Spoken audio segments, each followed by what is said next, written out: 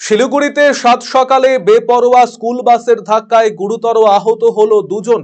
স্কুটিতে সন্তানকে নিয়ে শিলিগুড়ির স্বামীজি মোড় দিয়ে যাচ্ছিলেন অর্জুন হেলা নামক শহরের 14 নম্বর ওয়ার্ড হরিজন বস্তির এক বাসিন্দা। সেই সময় বেপরোয়া স্কুল বাসটি তাদের স্কুটিতে সজোরে ধাক্কা মারে। ঘটনায় গুরুতর আহত হন অর্জুন হেলা এবং তার সন্তান।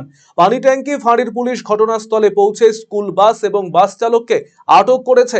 জানা গিয়েছে অর্জুন হেলা শিলিগুড়ি পুর নিগমের একজন সাফাই কর্মী।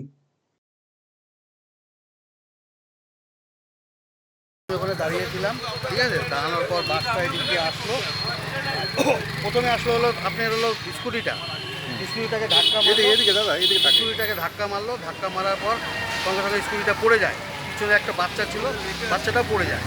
হ্যাঁ, তারপরে ছেলেটা যে স্কুটিটা যে চালাচ্ছিল সেও পড়ে যায়। পড়ে যাওয়ার পর পাটা ঢুকেছিল। আমি আর আমার একটা ছেলে দুজনে মিলে ওকে টাইনে বের করি। বাচ্চাটা কি অবস্থা আছে? হ্যাঁ, বাচ্চাটা কি অবস্থা? বাচ্চাটা মনে করে পড়ে গিয়ে মাথা মতো লাগছে একটুখানি, আর ছেলেটারও মোটামুটি পাটা ভাঙছে টাঙছে হবে। শিলিগুড়ি হসপিটালে নিয়ে গেছে। হ্যাঁ, তারপরে এখানে ভিড় হয়ে যায় পুরো। এই তো হলো ঘটনা। আর বাসটা অটোমেটিক লক হয়ে গেছে, আর স্টার্ট হচ্ছে না।